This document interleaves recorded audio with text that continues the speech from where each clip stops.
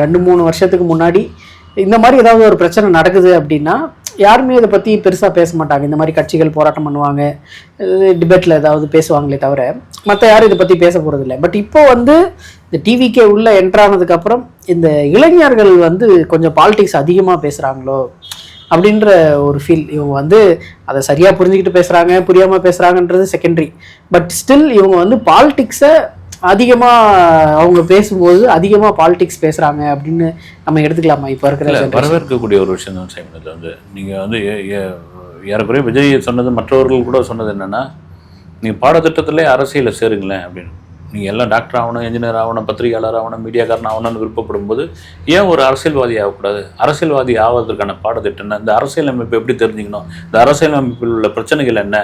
இந்த அரசியலமைப்பை எப்படி நீங்கள் வழி நடத்தணும் அப்படின்னு ஒரு சிலபஸ் வைங்க, கொண்டு வாங்க. அது இளைஞர்களுக்கு. ஆனால் இதை கூட விமர்சனமாக பண்ணுவாங்க. ஒரு ஹீரோ, அந்த ஹீரோ வந்துட்டாருன்னு இப்போ பசங்கள்லாம் அரசியல் பேசுகிறாங்க. 2026 எலெக்ஷனுக்கு அப்புறம் இவங்க யாரும் பேச மாட்டாங்கன்னு. அதுவும் ஒரு காரணமாக கூட இருக்கலாம்.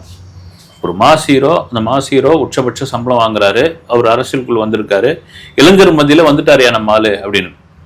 ஒரு எதிர்கட்சியை சேர்ந்த ஒருத்தர் அவரே என்ன சொல்றாரு, அங்க தெரியுது பார் பச்சை கொடி, அங்க தெரியுது பார் இது நம்ம பிள்ளையார் சொல்லி போட்டாச்சு அப்படின்னு அவர் சொல்லும் பொழுது இதுக்கெல்லாம் காரணம் இந்த இளைஞர்கள் தானே. நீங்க சோசியல் மீடியா தான் உலகத்தையும் ஆண்டுகிட்டு இருக்கு சைமன். ட்ரம்ப் ஓப்பனாவே சொன்னது, நான் போன எலெக்ஷன்ல மெயின் ஸ்ட்ரீம் மீடியாவை நம்பினேன், இந்த எலெக்ஷனை எலன் மாஸ்கை நம்பினேன் அப்படின்ற அளவுக்கு இந்த சோசியல் மீடியா தான் காரணம் அப்படின்னு.